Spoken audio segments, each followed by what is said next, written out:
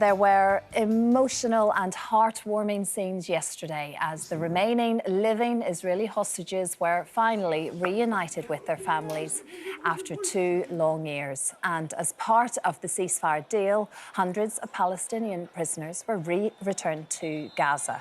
As a result, President Trump has been universally praised for the peace agreement. But speaking on Air Force One, he had this to say when asked if he thinks he'll go to heaven for his efforts. You had talked a couple weeks ago, you were doing an interview, and you talked about how you hope to end the war in Ukraine because it might help you get into heaven. How does this help? Does this help? I mean, I'm being a little cute. I don't think there's anything going to get me in heaven, okay? I really don't. I think I'm not maybe heaven bound. I may be in heaven right now as we fly in Air Force One. I'm not sure I'm going to be able to make heaven. But I've made life a lot better for a lot of people. Well, it's an interesting question, isn't it? In amongst all the other questions that you could be asking up in Air Force One. But yes, he says he's made life a lot better for a lot of people, that he does pray. He's discussed that before. Janet, what do you make of even the question? It's an interesting one, but sometimes that's when you get the very best answers from a question that he's not expecting. Well, of course, modesty is a prerequisite for going to heaven. I think he's a bit lacking in that department. And also, I don't think we're talking about a peace agreement. I think we're talking about a ceasefire that might lead to peace. So we're in part one before he congratulates himself too much, although he has achieved a tremendous amount. But whether that gets him a ticket through the golden door upstairs, I don't know. I think just praying and just being a Christian is a great thing. It's something I do, but I'm not doing it. I'm not talking to God. I'm not praying, thinking, well, that's got me into the department store upstairs and I want a very nice room with not many too gruesome people next door to me. I don't think heaven is a negotiation, but I do think that Donald Trump is a brilliant negotiator because he's a bit of a bully. He was brilliant at property wheeling and dealing, and that's probably what's got him where he is.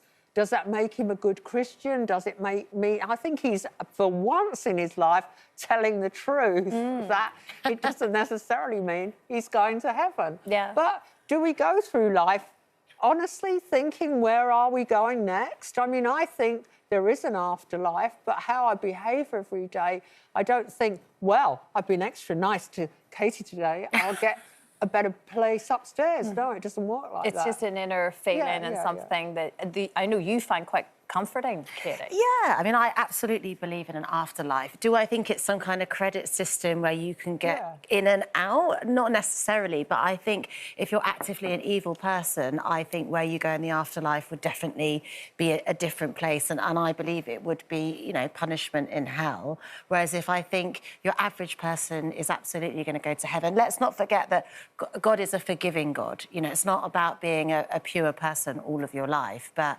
yeah, I definitely like to think we're all on the guest list. Don't you think? Yeah, well, have you found that it has given you strength, that belief?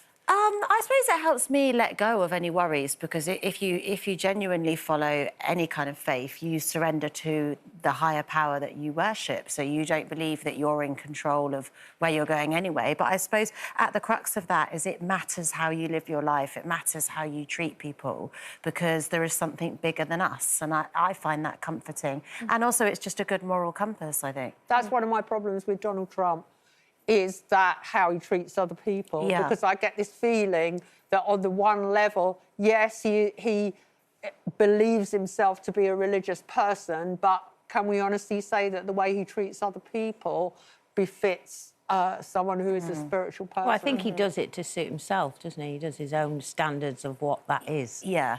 I don't believe in a heaven or a hell. I believe in karma and I believe in the universe, and I think things happen for a reason. But do I think when I die I go and sit on a cloud next to God or whoever, or sit here in hell? Anyway. You could join Donald Trump on the escalator up and down between the two. I tell you what, I'm on the opposite escalator of wherever he's going, hopefully. But, you know, that isn't taking away from people that do, and it brings them great peace and great comfort. You know, my mum was very religious and she believed in all of that, and it gave her great comfort. It didn't with me, probably from, you know, losing my mum the way I did and her being so, you know, religious and believing in it all, and then she was taken in the way she was taken, and I thought, I don't believe in it anymore. But do I believe? I don't necessarily believe in afterlife. I think there's an energy that comes from us passing, but I don't believe... You know, I'm always one of these. I always think, you know, people come up and say to me all the time, oh, your sister sent me a message and she wants to know you're fine. And I'm thinking, why would my sister go to a stranger? Why is she just not coming to me and tell me? Yeah. You know, I struggle with all of that. But I do believe in karma, and I do believe... And more importantly, I want to think that when my time has come on this earth, that I've hopefully been the best version of myself I can be. Yeah. And that my legacy for my kids would be like, you know, I'm not saying I've never hurt anyone or upset anyone. Of course I have. We all do, and we make mistakes. But I'd hope my kids would go, yeah, but ultimately she was kind and she cared about people.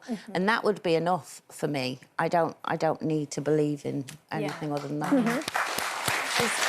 You do find having, for a lot of families that have suffered loss, like your family have, that even if you didn't believe before, a lot of people then find God, find that, and it's because... Or if something happens to them or they've lost their way, they have to find something, because they have to believe in something, otherwise they maybe give up. And I'm not against that. I think whatever helps you get through life... Gives you hope. But Christine, hope. Your background was quite different to ours. Well, you see, I do believe in God, and we went to church growing up and everything else. But it's strange, I think, because we were surrounded by countryside, my mum's like farm and stock, and we were all very much in touch with the earth, and that sounds very so quite hippie-ish, but we were very in tune with like the seasons and with nature. And it's just, we were literally grounded. And I think actually weirdly there's a real power and strength in that, and maybe it comes back to that kind of